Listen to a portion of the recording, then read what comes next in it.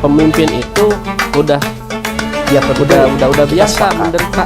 dengan yang disampaikan oleh Katanya ibu Ustadz kota itu Eka lebih Permati. kejam daripada ibu tiri. Pengadilan dan penjara itu disebutnya sebagai ultimum remedium.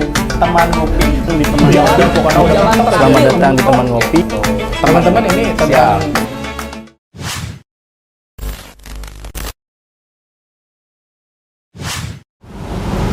ketika tidak ada lagi hukum, maka dimulailah tirani. Assalamualaikum warahmatullahi wabarakatuh. Selamat datang kembali di Teman Ngopi, teman ngobrol perkara pemuda Persatuan Islam. Alhamdulillah, kali ini saya sedang ditemani oleh taskil paling ganteng dari PP Pemuda Persatuan Islam. Kang Adli, Kang Adli ya, luar biasa sekali. Terima kasih sudah menyempatkan hadir. Kali ini adalah salah satu advokat muda ya, Kang? Insya Allah. Luar biasa, aset Persatuan Islam nih. Kemarin itu saya sempat ngobrol dengan Kang Zamzam ketika di Mabes Kopi. Sekarang Alhamdulillah ngobrol dengan Kang Adli. Dan insya Allah kita akan ngomong tentang apa sih sebenarnya fungsi dan tugas dari bidang bidang hukum dan HAM. Hukum dan HAM. Ya. Nah, berarti domainnya di hukum dan HAM. Hukum dan HAM. Baik, sebelumnya apa kabar, Kang? Alhamdulillah. Amin. Kalau di depan dan di belakang kamera sama aja kalemnya tuh. Luar biasa. Tapi aktivitas sekarang apa, Kang? Rawat sebetulnya tadi udah pensiun advokatnya. Udah pensiun? Udah pensiun. Oh, pensiun dini? Pensiun dini. Oke. Karena sekarang alhamdulillah di Mahkamah Agung. Oke, sebagai jadi calon hakim. calon hakim. Iya. Wah, luar biasa sekali. Ada nih calon hakim dari kader kita, luar biasa. Dulu sejarahnya jadi saya masuk LBH itu LBH Persis. Iya, masuk LBH Persis itu satu-satunya advokat mungkin. Satu-satunya Saya advokat sendiri yang 2013 tuh. Oh. Masa-masa vakum LBH. Karena memang tidak semua sarjana hukum advokat ya? Iya, enggak.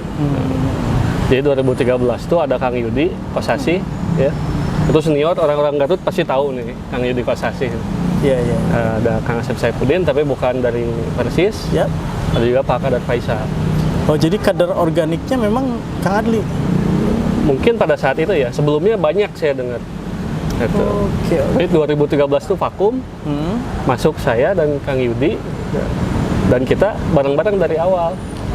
Bareng-bareng ujian advokat, itu kan, pendidikan. 2013? 2013. 2013 saya masih kuliah ya? Saya lulus 2012, 2013 langsung advokat di sini. Nah, baru 2017 mulai ada jam-jam. Ya. 2018 ada Ilham dan yang lain-lain. Nah, kan kita masuk ke domain yang akan kita bicarakan tentang apa sih tugas dan fungsi dari hukum dan HAM, bidang hukum dan HAM di Pemuda Persis, Kang. Yang ngopi ya? Iya, karena teman ngopi. Kalau saya TGM saja, karena nggak ada lagi kopi. Luar biasa. Baik, bismillah. Jadi di situ, Kang, bidang tugas pokok dan hukum fungsi dan HAM ya. Bidang hukum dan HAM.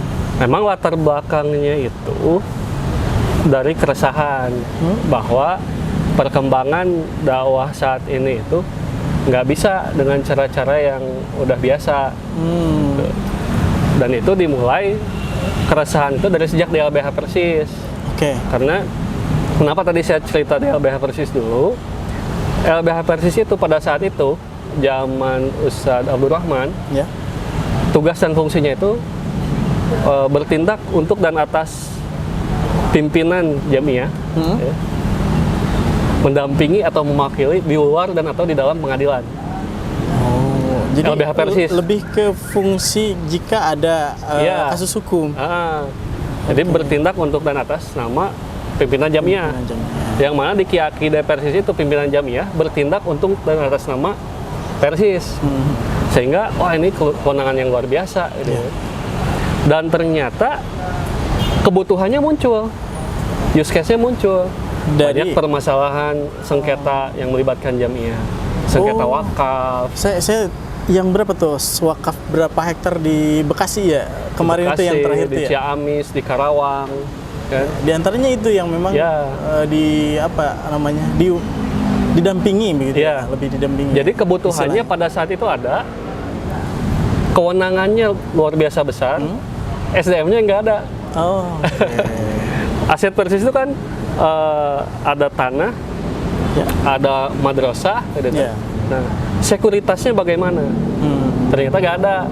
Untungnya ada LBH Persis. Oke. Nah. Oh, sekuritas itu berupa Pengamanan. sertifikat dan sebagainya ya. Maksudnya. Sertifikat, dan kalau ada yang menggugat sertifikat itu. Nah, kebutuhannya jadi ada, real, jelas.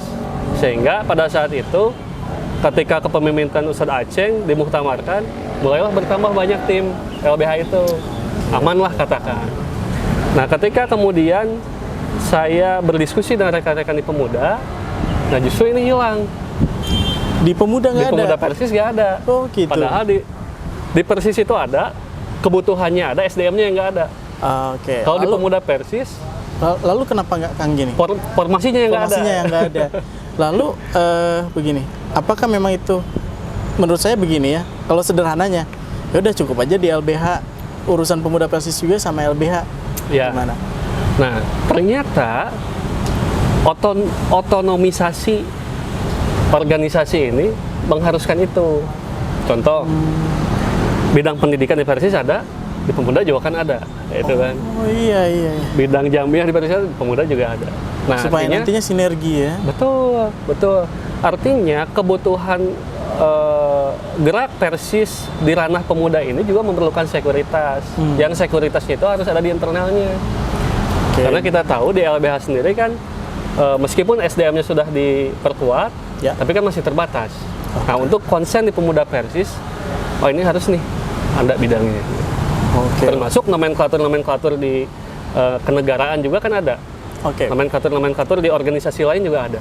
Nah, ini hubungan bilateralnya gimana? Gitu. Luar biasa. Ternyata pengaruhnya sampai segitunya gitu. Ketika kita mengetahui, kita jadi tercengang gitu. Oh, Ya. ternyata dibutuhkan ya gitu. Oh iya. Baik. Nah kalau gitu ini kan udah jalan 2,5 tahun ya. Betul. Ya? Gebrakan-gebrakan apa yang memang diproduksi oleh bidang baru ini katakan Ya, seperti ya. itu. Memang pada akhirnya di muktamar kemarin itu, dengan kepemimpinan Ustadz Ibrahim Al-Fahmi, ada bidang baru, salah satunya bidang hukum kan. Kita tidak bisa mengklaim ini gebrakan kita, tapi ini gebrakan bersama. Hanya saja mungkin dengan keberadaan bidang hukum, akhirnya kita mulai memodernisasi Pemuda Persis. Ya. Apa ciri organisasi modern? Yaitu adanya suatu tata yang terstruktur. Undang-undang. Semisal itu ya. Kita buat aturannya. Oh, Kita buat iya. aturannya. Dari tiap bidang itu ada aturan yang mengatur tiap bidang. Karena kita tahu di negara juga tiap kementerian itu ada aturannya sendiri. Permen. Iya, kewenangannya apa? Yang mengatur diri sendiri. Oh iya, mengatur diri sendiri. Iya, yang mengatur misalnya bidang jamiah. Kewenangannya itu sampai apa sih? Karena kita juga Jadi tidak bisa memungkiri antar bidang di internal kita juga kadang-kadang batasannya mana? Antara jamiah, kaderisasi dengan pendidikan misalnya. Diatur akhirnya pada Berarti kepemimpinannya. hukum-hukum yang itu maksudnya hukum ya? Maksudnya hukum. Maksudnya Iya. hukum yang dibuat itu ada Legal ada drafting maksudnya itu. Apa? Itu maksudnya ke legal drafting. legal drafting. Iya, kita legal drafting untuk mengatur hak dan kewajiban di bidang itu di sendiri. bidang itu sendiri. Iya, sehingga ke depan orang-orang yang menempati posisi di bidang-bidang di PP Persis tahu batasannya di mana, haknya apa, kewajibannya apa. Nah, ini teman-teman, ini benar sekali, serius Iya. Kang. Kalau memang saya di beberapa komunitas ikut dan beberapa organisasi, yang menjadi masalah adalah di tupoksi ya, gitu ya. Di tupoksi dari bidang ya, sehingga kalau istilah orang Sunda itu nggak ada yang pacoro kokod atau tahun deh semuanya Batasannya itu sama saya jelas gitu. ya. Orang bidang A nyomot kerjaan bidang B gitu, nggak ada yang kayak gitu. Ya, sehingga tidak ada juga yang melimpahkan pekerjaan kepada bidang lain juga. Masalahnya sih kalau menurut kami ada di regenerasi. Ketika itu terjadi regenerasi, orang baru itu bakal kebingungan gitu. Ya. Orang misalnya 5 tahun lah masa jabatan seseorang dalam satu posisi. Ya. Tahun pertama dia belajar, tahun kedua dia coba-coba, tahun ketiga baru efektif. Nah, dengan ada aturan ini, tahun pertama dia udah tahu nih. Jadi masa belajar dan coba-cobanya itu lebih singkat. Lebih singkat. Oke. Setidaknya niatnya gitu sih. Tapi emang bener Kang ya, kalau di Pemuda Persis itu khususnya di PP ya, itu one life chance ya. Jadi dalam masa kita itu terbatas. Rata-rata di PP itu sudah mendekati 30 dan mendekati ke akhir dari periode pemuda ya. Karena kita itu kan organisasi kader ya, jadi jangan terlalu betah di Pemuda Persis. Kita harus cepat ke Persis. Faedah Farogta Pangsob. Baik. Nah, kemarin saya sempat mengikuti ini Kang, sebenarnya waktu itu saya bertugas sebagai fotografer, mengikuti sidang yang tentang politik. Peraturan politik, usaha atau ekonomi sama apa tuh satu lagi ya? Tadinya itu untuk ketertiban, kita ingin ada seragam nasional. Gitu. Seragam nasional. Kemudian protokoler. Istilahnya. Kemudian kita reduksi kepada seragam nasional aja, karena protokoler ternyata terlalu luas. Akan disusun lebih lanjut oleh bidang jamiah. Oke. Dan itu memang salah satu usaha, kalau saya bilang intimidasi boleh tidak? Intimidasi dari bidang hukum dan HAM untuk bidang-bidang lain supaya bikin peraturan seperti ini.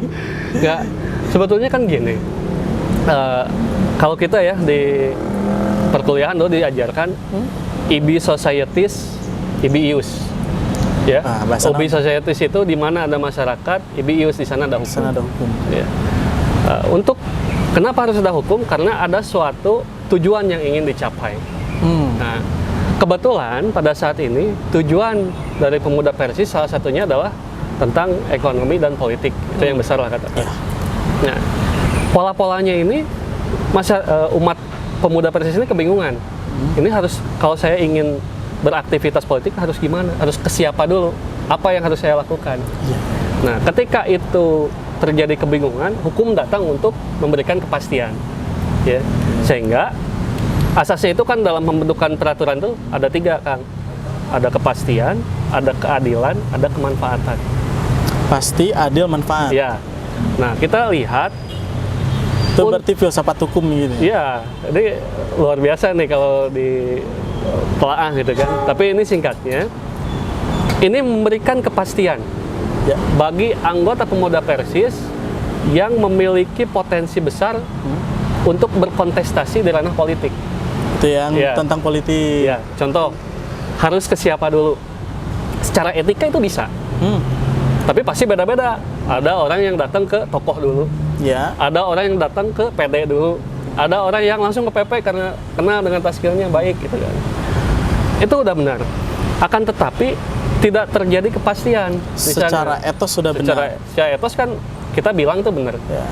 Tapi apakah fungsi jamiahnya dipergunakan atau enggak? Nah, jadi kita pastikan bahwa dalam menjalani proses itu fungsi jamiahnya dijalankan dari PC, PD, PW, PP itu difungsikan semua. Nah, sehingga dituangkanlah dalam suatu aturan yang memberikan kepastian dari mulai tahap pertama sampai tahap akhir itu harus bagaimana. Itu kepastiannya. Keadilannya ya berarti semua juga akan melakukan hal yang sama. Terlepas apakah dia kenal dengan Tasyo PP, terlepas apakah dia kenal langsung dengan PP Persis misalnya. Tapi ada keadilan. Oh, harus gini tahapannya. Kemudian ada kemanfaatannya. Manfaatnya apa? Ini untuk menjadikan jamiah kita lebih bermarwah. Fungsi jamiahnya bekerja di sana. Gitu. Oke. Jadi teman-teman catat ya, hukum itu urusannya pasti adil dan manfaat. Jadi kalau orang yang nggak suka sama hukum berarti yang suka melanggar itu. Itu debatable ya. Iya. Itu sih guyon ya. Jadi memang selama ini kita berbicara tentang hukum itu tentang sesuatu yang kriminal dan sebagainya. Padahal nggak segitu juga ya, Kang ya. Jadi gini, Kang, hukum itu bukan urusan elit. Ketika kita punya adik, ya, misalnya, kita merasa aman adik kita sekolah yang agak jauh gitu kan. Kenapa kita ngerasa aman? Karena ada hukum. Kita ya tahu kok kalau di jalan ada apa-apa, ini masalah, itu kriminal gitu kan.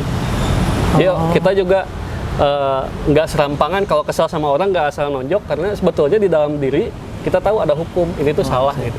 Itu yang disebut common law bukan? Ya, tak tertulis tapi jelas kan gitu. Iya, betul. Contoh, di tiap peradaban di dunia orang zina itu pasti salah. Iya, benar. Itu. Jadi tapi apakah itu tertulis atau enggak itu urusan lain. Tapi itu hukum sebetulnya. Bahkan di suku primitif pun gitu.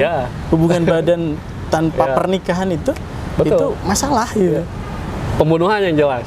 Mau di masyarakat sebiadab apapun pasti pembunuhan itu salah. Artinya ada hukum yang berlaku universal. Tapi apakah tertulis atau enggak itu urusan lain sebetulnya. Oke, teman-teman sekalian, tercerahkan belum nih? Sedikit banyak ya? Sedikit banyaknya insya Allah tercerahkan. Nah, ini Kang Adli ini luar biasa sekali. Saya doakan Kang jadi hakim dan jadi hakim agung. Kalau hakim agung itu politik sih, jabatan politik. Ya, siapa tahu. Siapa tahu hari 10-20 tahun ke depan kan? Ya. Politik akan bergeser sedemikian rupa ya Kang ya? Baik.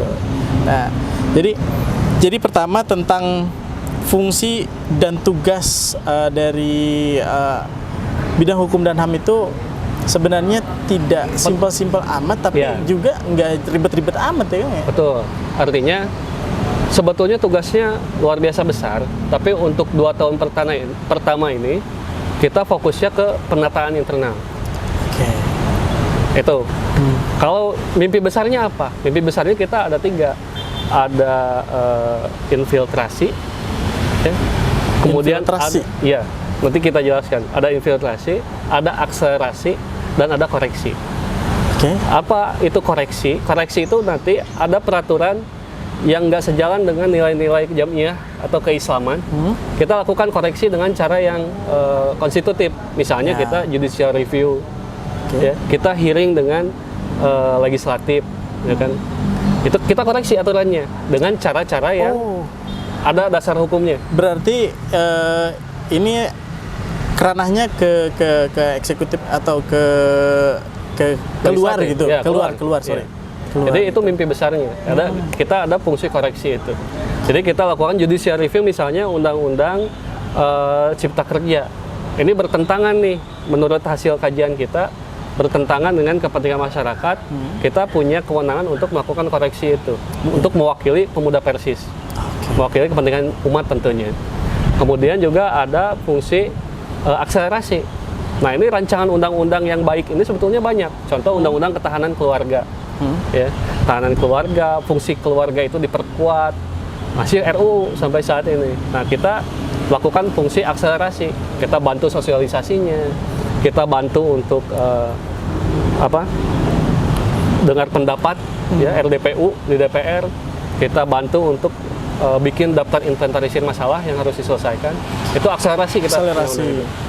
Nah, kemudian yang terakhir adalah infiltrasi. Apa infiltrasi? Itu adalah untuk menginjek ide-ide kita, ide-ide pemuda Persis, ide-ide jamiah, ide-ide keislaman pada peraturan perundang-undangan yang akan dibuat gitu kan. Idenya apa sih? Kita infiltran di sana. Nah, itu gambaran besarnya. Jadi tapi anggota ternyata DPR kayak gitu, jadi apa? Infiltrasi. Makanya kita senantiasa berkolaborasi dengan bidang politik. Oh iya, betul. Karena hal-hal ini jalannya disediakan oleh bidang politik. Kita otaknya, ibarat bidang politik adalah tangannya, gitu kan. Luar biasa. Jadi teman-teman sekalian, ini luar biasa sekali. Saya baru menemukan bidang yang sebenarnya pengaruhnya itu besar jika memang terlaksana ya. Luar biasa. Cuma karena memang kita startnya itu terlambat. Ya. Artinya kita, ternyata harus penataan dari dalam dulu. Gitu. Tapi berarti sudah bidang hukum dan HAM ini membuat dulu panduan-panduan internal gitu ya. Betul. Oke. Dan itu sudah disosialisasikan kan? Untuk disosialisasikan sebetulnya sudah oleh Kominfo. Akan tetapi untuk hearing langsung turun ke jamaah-jamaah di daerah itu masih terbatas. Dan itu masih kita agendakan. Baik. Karena luar biasa PR-nya. Kita terlambat itu mungkin belasan puluhan tahun. Ketika orang-orang sudah mapan dan sudah kader-kadernya sudah sudah bergerak lebih cepat, kita masih ada di belakang. Tapi insya Allah, Kang. Salah satunya kenapa? Karena kadar pemuda Persis yang aktif di bidang hukum dan menjadi teknokrat hukum, ya, dihitung 5 jari pun masih sisa banyak. Dihitung 5 jari pun masih sisa banyak. Yang jelas ini, yang jelas ini adalah bagian terpenting nih. Dan ketika bidang hukum itu dibentuk, semuanya itu kita bawa. Saya pikir 3 orang ini, gitu kan, kita bawa semua di pimpinan pusat. Dan yang satunya lagi pengen jadi anggota DPR katanya. Kita dukung. Kita dukung ya. Insya Allah nanti ada sesi khusus, saya pengen ngerosting tuh. Bukan ngerosting, lebih ke berdialog. Ya. Sebenarnya apa sih tujuannya gitu. Itu layak untuk didiskusikan. Iya, betul. Layak untuk didiskusikan. Tapi itu mungkin nanti sudah mendekati pemilu, saya akan banyak program-program tentang bagaimana ngobrolin politik dan kepemiluannya. Iya, mantap. Baik, luar biasa sekali, Kang Adli. Ini menarik sekali. Saya pengen ngobrol lebih lama, tapi kita terbatas dengan durasi. Durasi, ya. Kasihan itu yang nonton kelamaan. Nanti kita ngobrol lagi. Siap. Setelah ini, saya tahu apa yang harus dibicarakan lagi. Boleh di closing statement saja, Kang? Closing statement tentang bidang hukum atau tentang hukumnya? Bidang hukum sajalah. Tentang bidang hukum, jadi sahabat sekalian, sebetulnya untuk kita menjalankan roda jamiah dengan baik dan benar, harus mempertimbangkan berbagai aspek. Bukan hanya aspek-aspek dakwah di masjid, akan tetapi juga aspek-aspek dakwah dari segi konstitusi dan legislasi. Yang itu tempatnya salah satunya adalah ada pada bidang hukum. Nantikan mungkin sosialisasi kami yang akan segera menyambangi PC-PC atau PD-PD rekan-rekan sekalian. Demikian. Baik, terima kasih Kang Adli. Sebelum ditutup, saya sampaikan kembali bahwa program ini didukung penuh oleh TGM 99. Teman-teman boleh nanti untuk memesan air minum dalam kemasan TGM 99 di agen-agen terdekat, khususnya di PC atau PD terdekat. Mantap. Baik, demikian. Terima kasih. Assalamualaikum warahmatullahi wabarakatuh.